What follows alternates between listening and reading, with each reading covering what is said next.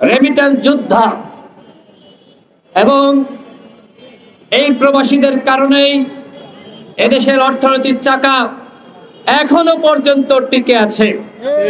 প্রবাসীরা যখন remittance shutdown ঘোষণা করে তখন হাসিনার গদিতে কম্পন শুরু হয়েছিল, কিন্তু সেই প্রবাসীদের সাথে আজকে যে এই সরকার ফাত্রামি করছে, এই সরকারকে বলবো প্রবাসীদের সাথে ফাইজলামি বন্ধ করেন। প্রবাসীরা যদি আবারও রেমিটেন্স পাঠানো বন্ধ করে দেয় তাহলে তোমরা একদমও ক্ষমতায় থাকতে পারবে না। 57 জন প্রবাসী ভাই মধ্যপ্রাচ্যে গ্রেপ্তার হয়েছিলেন কেন? শুধুমাত্র এই হাসিনার পতন নিশ্চিত করার জন্য। যেখানে মধ্যপ্রাচ্যে আপনারা জানেন, মধ্যপ্রাচ্যে যেখানে আন্দোলন করা যায় না, একটি কর্তৃত্ববাদ রাষ্ট্র, সেখানে সাহস নিয়ে আন্দোলন করেছে। এই যে সারা দেশে গণ অভ্যুত্থানের সময় হাজারো শহীদ, হাজারো আহত এবং যেভাবে রাজপথে যেভাবে রক্ত পড়েছিল, রাজপথ রক্তে রঞ্জিত হয়েছিল, হাজারো মা কাঁদছিল, হাজারো বাবার আত্মনাদ, এগুলো দেখে আমাদের প্রবাসী ভাইরা চুপ করে থাকতে পারে নাই। তারা আন্দোলন করেছে। বিশ্বের যেখানে যেখানে আমাদের প্রবাসীরা রয়েছে, আমেরিকা বলেন, ইউরোপ বলেন, জার্মান বলেন, জাপানি বলেন, চীন বলেন, লন্ডন বলেন, জাতিসংঘে সামনে পর্যন্ত আন্দোলন হয়েছে। সুতরাং এই প্রবাসীদের অবদান ভুলে গেলে চলবে না। আমি এই সরকারকে 48 ঘন্টার আলটিমেটাম দিচ্ছি।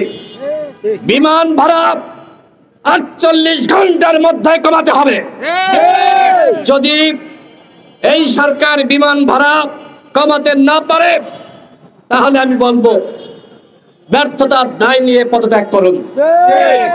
প্রবাসীদের সাথে ফাজলামি করবেন, এই ফাজলামি গণ অধিকার পরিষদ মানবে না। আমরা এই প্রবাসীদেরকে সংগঠিত করার জন্য আমরা আমাদের দল গঠনের আগ থেকেই আমরা প্রবাসীদের নিয়ে কাজ করছি এবং বিশ্বের প্রায় 50টি দেশে প্রবাসী অধিকার পরিষদের কমিটি রয়েছে। প্রবাসী অধিকার পরিষদ প্রবাসীদেরকে সংগঠিত করে তাদের অধিকার এবং মর্যাদা প্রতিষ্ঠার জন্য লড়াই করছে। এই লড়াই আমি জানি না দেশের কোন দল কতটুকু করছে, কিন্তু গণ অধিকার পরিষদ করছে। কারণ গণ অধিকার পরিষদ মনে করে প্রবাসীরা এদেশের সম্পদ, দেশের রত্ন, প্রবাসীরা এই প্রজন্মের রেমিটেন্স যোদ্ধা, তাদেরকে শ্রেষ্ঠ সন্তান গণ অধিকার পরিষদ মনে করে।